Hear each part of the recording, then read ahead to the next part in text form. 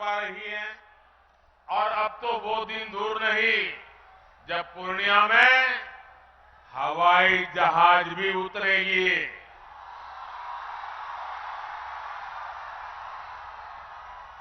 हमारी सरकार सीमांचल में वंदे भारत, नमो भारत जैसी ट्रेनों के जरिए कनेक्टिविटी बढ़ाने और बेहतर स्वास्थ्य सुविधाओं के लिए भी काम करेगी। साथियों, मोदी के लिए आपके सपने ही मोदी का संकल्प है। इसलिए गांव, गरीब, दलित, वंचित दशकों से जिन समस्याओं से जूझ रहे थे, मोदी ने 10 साल में उनका समाधान दिया है। देश के 25 करोड़ गरीबी से बाहर तब आए जब हमने दिन रात उनके लिए मेहनत की।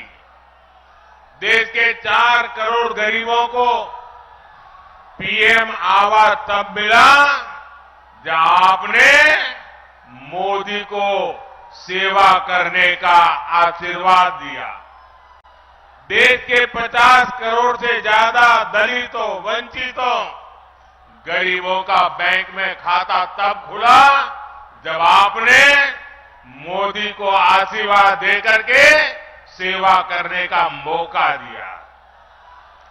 करोड़ों माताओं बहनों को चूल्हे के धुएं से मुक्ति तब मिली जब मोदी ने उज्ज्वला सिलेंडर देकर उनकी सूद ली।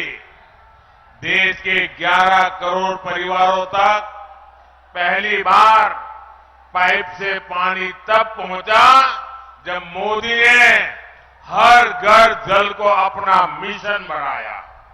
आज 11 करोड़ छोटे किसानों के खातों में किसान सम्मान निधि भी एनडीए सरकार ही भेज रही है। इन योजनाओं का बहुत बड़ा लाभ हमारे ततमा समाज, महलदार समाज और ऋषिदेव समाज के मेरे परिजनों को भी हुआ है। लेकिन साथियों, मोदी इतने से संतुष्ट नहीं है। जो काम हुआ है ना, वो तो ट्रेलर है, ट्रेलर।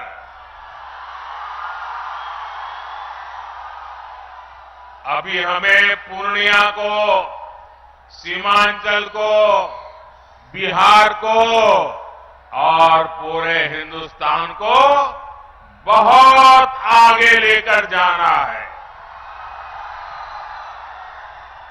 कई बार लोग पूछते हैं कि मोदी के लिए समाज के आखिरी पायदान पर खड़ा व्यक्ति, हमारा दलित, पिछड़ा, आदिवासी, ये इतनी प्राथमिकता क्यों है?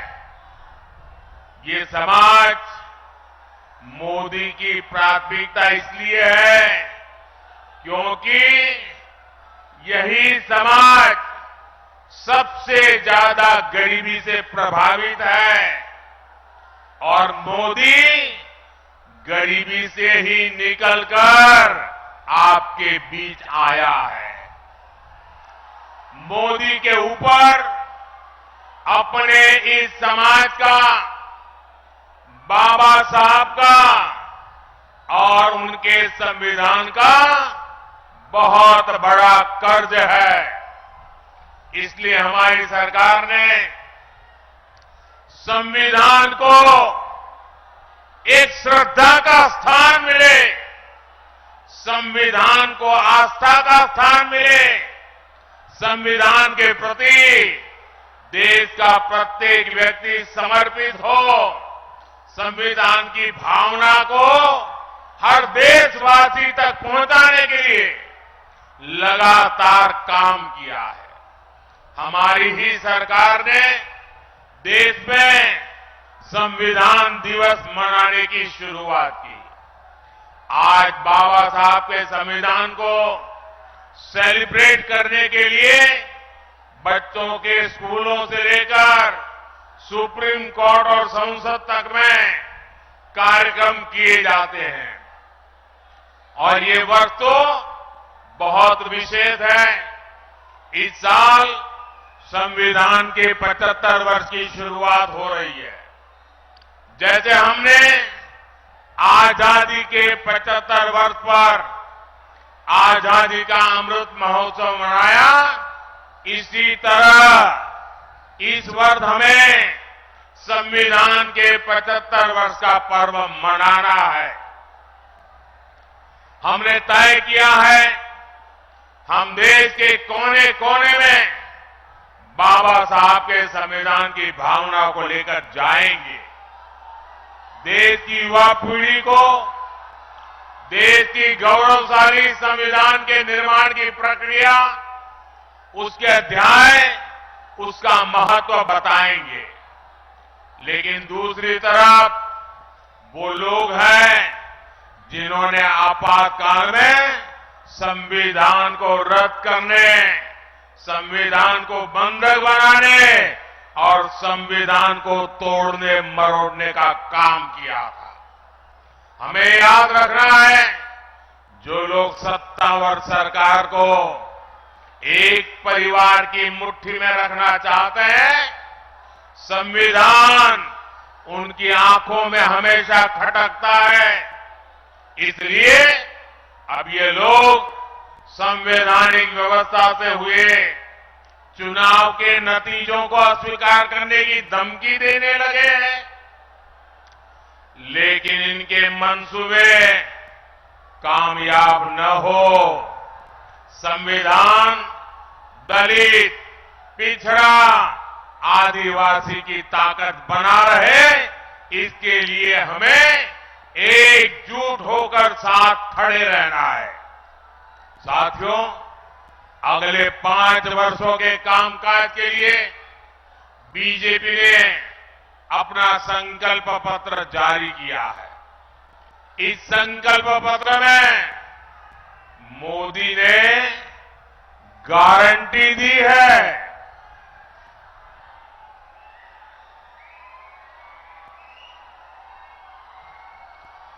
देश के सभी जरूरतमंदों को आगे भी फ्री राशन, मुफ्त राशन मिलता रहेगा। मोदी ने गारंटी दी है,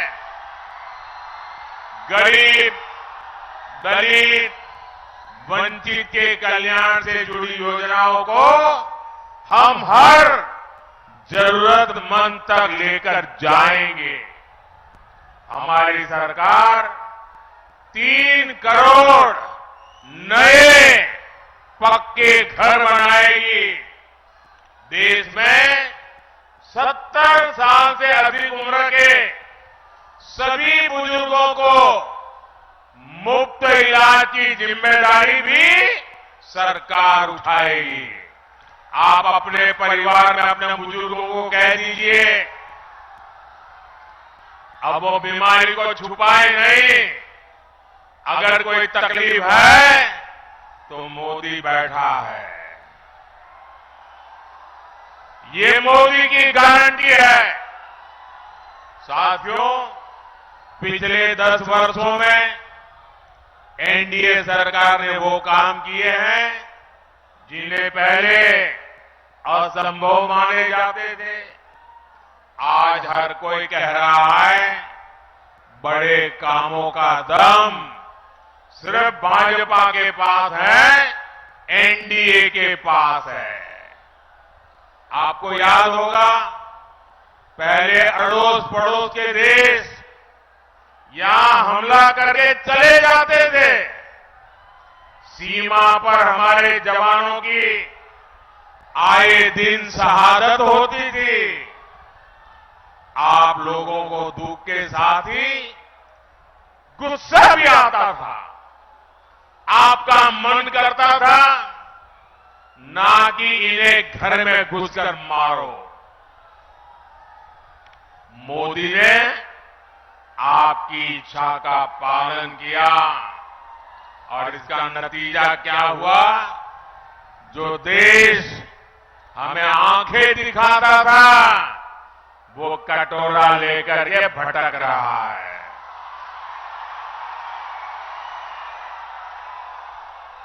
साथियों, दशकों से देश में लोग मांग कर रहे थे कि कश्मीर में अलग झंडा, अलग संविधान नहीं चलना चाहिए। जो लोग दिन रात संविधान के नाम पर हमको गालियां देते हैं ना, इतने दशकों तक उन्होंने राज किया।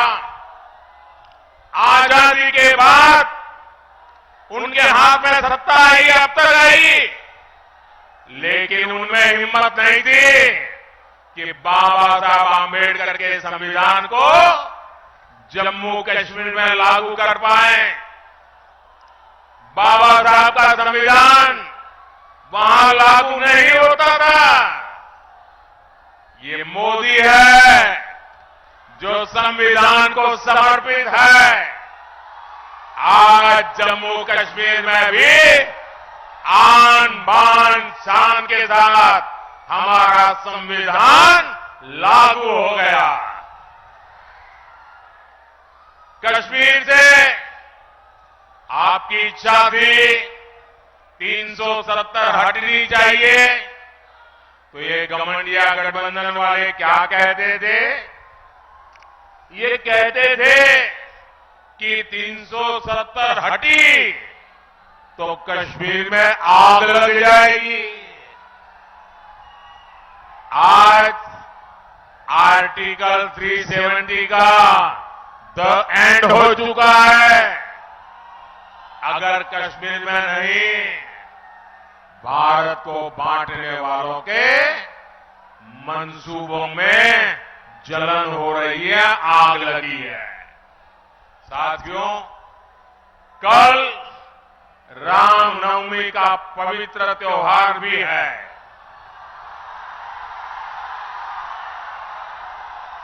ये लोग राम मंदिर के लिए भी यही कहते थे, बोलते थे कि राम मंदिर बना तो देश में आग लग जाएगी। आज हमारा राम मंदिर पूरी दुनिया में भारत का गौरव बढ़ा रहा है।